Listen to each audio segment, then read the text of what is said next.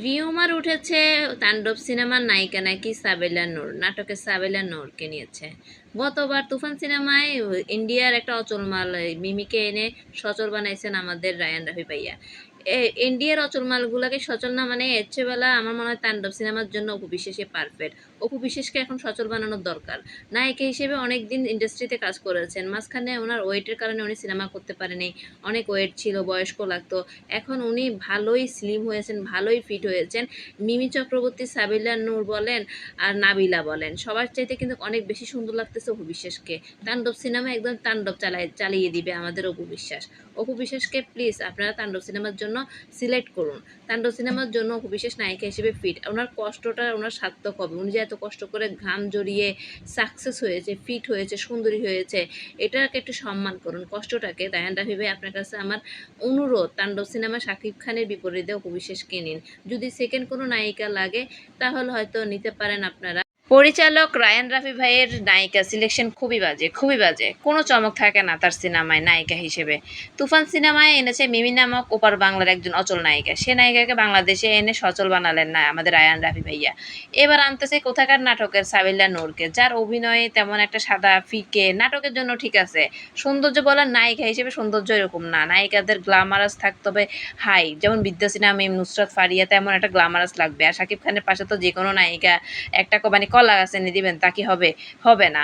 এইসবে তেমন একটা এখন হাইপ মানে চলবে না বলেই চলে। রায়হান রাফি ভাই হয়তো মনে করেন এত দাম দিয়ে চমক আনার কি লাভ, মানে চমক দিয়ে নায়িকা এনে লাভ কি? সিনেমা চলবে তো সাকিব খানের জোরে। তিনি মনে করেন যে কাউকে দিয়ে কোনো রকম চালিয়ে দিলে হয়, কোনো এরকম নায়িকা দিয়ে। আমাদের রায়হান রাফি ভাই চাইলে পাকিস্তানের কোনো এক নায়িকা এনে বড় একটা চমক দিতে পারেন আমাদের বাংলাদেশে। এতে সিনেমার হাইপ অন্য লেভেলে উঠবে। পাশাপাশি পাকিস্তানের সিনেমার বাজারও তাণ্ডব চালানো যেত। এখন আসলে আমরা বাঙালিরা হতাশ, আসলেই হতাশ। আর হতাশ বেশি নাটকের কেন আনতে হবে মানে নায়িকা? আমাদের বাংলাদেশের বর্তমান সময়ে যেগুলো পপুলার নায়িকা আছে, বিদ্যাসিনা মিম, নুসরাত ফারিয়া, পূজাচেরি, বুবলি, তারা এখন অনেক দাপিয়ে বেড়াচ্ছে। তাদেরকে বেকার বসিয়ে মানে নাটকের নায়িকা আনার কি দরকার? বাংলাদেশের নায়িকারা কি ভাটা পড়ছে? মেহের আফরোজ শাওন একজন বিবাহিত লোককে বিয়ে করেছিল, সেটা তার বিবেকের দৃষ্টিকোণ থেকে কোনো ভুল কাজ করেনি তিনি। অপরদিকে তার বাবা 2024 সালে অনলাইন প্ল্যাটফর্ম দ্বিতীয় বিয়ের বিজ্ঞাপন দিয়ে নতুন একটি বিয়ে করেন। এরপর শাওন ক্ষিপ্ত হয়ে যান, তার বাবা এবং সৎ মার উপর অমানসিক নির্যাতন চালান। এমনকি সৎ মাকে মিথ্যা মামলা আসামি করে ডিবি হারুন দ্বারা 6 মাস জেলে বন্দি করে রাখেন। শেখ হাসিনা যখন দেশ ত্যাগ করেন তারপর তার সৎ মা মুক্তি পেয়েছে। শাওনের বিরুদ্ধে নির্যাতন এবং হয়রানির মামলা করেন তার সৎ মা। আজকে মেহের আফরোজ শাওনের বিরুদ্ধে আদালতে গ্রেফতারি পরোয়ানা জারি করেছে। সো ভিউয়ার্স, আপনাদের কি মনে হয় মেহের আফরোজ শাওন কি অপরাধ করেছে, না মেহের আফরোজ শাওনের সৎ মা অপরাধ করেছে? শাকিব খান আমার হাত ধরেছে, মাথায় হাত বুলিয়ে দিয়েছে, এখন আমার জীবনটাই সার্থক, নিজেকে এখন ধন্য মনে হচ্ছে, মানে আমার জীবনটাই এখন ধন্য।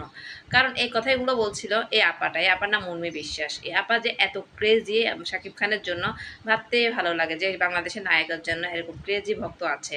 এখন রিসেন্টলি দেখা যাচ্ছে শাকিব খানের জন্য এত ক্রেজি ভক্ত। আগে বলিউড হলিউডের নায়কদের জন্য এরকম ক্রেজি ভক্ত দেখা যেত, কিন্তু এখন বাংলাদেশের শাকিব খানের জন্য দেশের বাইরের মানুষও অনেক বেশি ক্রেজিনেস দেখায়। প্রবাসীর কথা বলতেছি না, যারা বাংলাদেশে থাকে মানে বিদেশে থাকে তাদেরকে তো প্রবাসী বলে। এর বাইরেও ইন্ডিয়া তো দেখতেছি ইন্ডিয়ার মানে ন্যাশনালিটি, জাতীয় মানে ওখানকার নাগরিক আমাদের শাকিব খানের জন্য পাগল। মানে তাদের দেশে কিন্তু এত হাজার হাজার নায়ক আছেন, মানে দেখতে সুদর্শন, অভিনয় ভালো, তারপরেও ওনারা কিন্তু শাকিব খানের ভক্ত। এটা ভাবতেই ভালো লাগে, এটা যখন দেখি তখনই ভালো লাগে যে আমাদের বাংলাদেশে একটা রত্ন আছে শাকিব খান। আর না একটা রত্ন না, দুইটা রত্ন, সাকিব আল হাসান এবং শাকিব খান, দুইটাই আমাদের বাংলাদেশের জন্য গর্বের। ভাবতেই ভালো লাগে, এই আপার জীবনটাই ধন্য হয়ে গিয়েছে। আমি যে কবে শাকিব খানের হাত ধরবো। এইবার গৃহকর্মীর বিরুদ্ধে পরিমণির মামলা, ব্যক্তিগত স্পর্শকাতর তথ্য প্রচার করায় পরিমণি মানসিকভাবে ক্ষতিগ্রস্ত হয়েছেন। পরিমণি তার গৃহকর্মীর উপর পাল্টা মামলা করেছেন। পরিমণি বলেছেন যে সে আমার নামে মামলা করতেই পারেন, আমি তাকে মারধর করেছি, কিন্তু সে তো আমার পার্সোনাল বিষয়গুলো পাবলিক করার রাইট তার নাই। সে আমার স্পর্শকাতর আমার পার্সোনাল লাইফ নিয়ে সে মানুষের কাছে প্রচার করেছেন। এটার জন্য আমি মানসিকভাবে অসুস্থ, আমার মান সম্মান নষ্ট হয়েছে।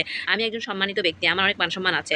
আমার মান সম্মান নষ্ট করেছেন আমার গৃহকর্মী পিঙ্কি আক্তার। এটার জন্য মান সম্মান মানহানি নষ্ট করেছেন, তথ্য প্রচার করেছেন, প্রাইভেসি লঙ্ঘন করেছেন, এটার বিষয়ে একটা মামলা করেছেন গৃহকর্মীর উপরে পরিমণি। সো ভিউয়ার্স, আপনাদের প্রতিক্রিয়া জানাতে ভুলবেন না। আমাদের নরিন আফরোজ প্রিয়া আপুর রিসেপশনে সে একদম নর্মাল সাজ দিয়েছে, মনে হয় না তার রিসেপশন। আরো লাল সবুজ একটা স্বাধীনতা দিবসের শাড়ি পরেছে, আরো বউ কোনো লুকই নেয় নাই, সবার সাথে একই রকম লাগতেছে, মনে হচ্ছে যে নয়ন আপু প্রিয়া আপু গেস্ট, সেখানে লাগতেছে কাপড় লাগতেছে স্মৃতি আপু আর বাপ্পি আপুকে, সরি বাপ্পি ভাইয়াকে, দুইজন ওদেরকে কাপড় লাগতেছে, আর নয়ন আপু প্রিয়া আপুকে গেস্ট লাগতেছে। কি একটা অবস্থা! আসলে এই টাইপের মন্তব্য আমিও কিছুটা করেছি, অনেকেও এই টাইপের আরো অনেক মন্তব্য করেছেন, রিসেপশনের বুকে বউ মতো লাগে না।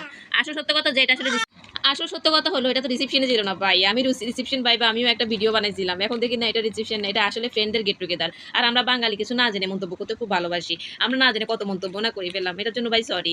নয়ন আপু বললো এটা আমার ফ্রেন্ডদেরকে বিয়েতে দাওয়াত দিতে পারি না, তাই আমি সবাইকে দাওয়াত দিচ্ছি। আসলে ওনারা সবাইকে মিলে একটা গেট টুগেদার করেছে, সেখানে সে বউ লুক নিবে কেন? আর আমরা বাঙালিরা রিসেপশন ভাই বা কত রকমের মন্তব্য না করে ফেলি, আল্লাহ আল্লাহ। যাই হোক, এটার জন্য আমরা ভুল বুঝছিলাম নয়ন আপুকে, কিন্তু নয়ন আপুকে আসলে সুন্দর লাগছে। নয়ন আপু বাস্তব এমনি ন্যাচারালি সুন্দরী, সাজলে তো আরো বেশি পরীর মতো লাগে। আর স্মৃতি একটু লাল শাড়ি পরেছে, কোপায় ফুল দিয়েছে, আর এমনি কাপল লাগে ওদের দুজন করে, তো কাপেলই ঠিক না, হয়তো গোপনে বিয়ে শাদী করে ফেলেছে, হয়তো পাবলিক করে না, আর ওরা মনে করে যে প্রেম ভালোবাসা বিয়ে গোপনেই সুন্দর, মানুষকে দেখানোর দরকার কি? স্মৃতি আর বাপির কথা বলছি। আর এইবার গৃহকর্মীর বিরুদ্ধে পরিমণির মামলা, ব্যক্তিগত স্পর্শকাতর তথ্য প্রচার করায় পরিমণি মানসিকভাবে ক্ষতিগ্রস্ত হয়েছেন। পরিমণি তার গৃহকর্মীর উপর পাল্টা মামলা করেছেন। পরিমণি বলেছেন যে সে আমার নামে মামলা করতেই পারেন, আমি তাকে মারধর করেছি, কিন্তু সে তো আমার পার্সোনাল বিষয়গুলো পাবলিক করার রাইট তার নাই। সে আমার স্পর্শকাতর আমার পার্সোনাল লাইফ নিয়ে সে মানুষের কাছে প্রচার করেছেন, এটার জন্য আমি মানসিকভাবে অসুস্থ, আমার মান সম্মান নষ্ট হয়েছে।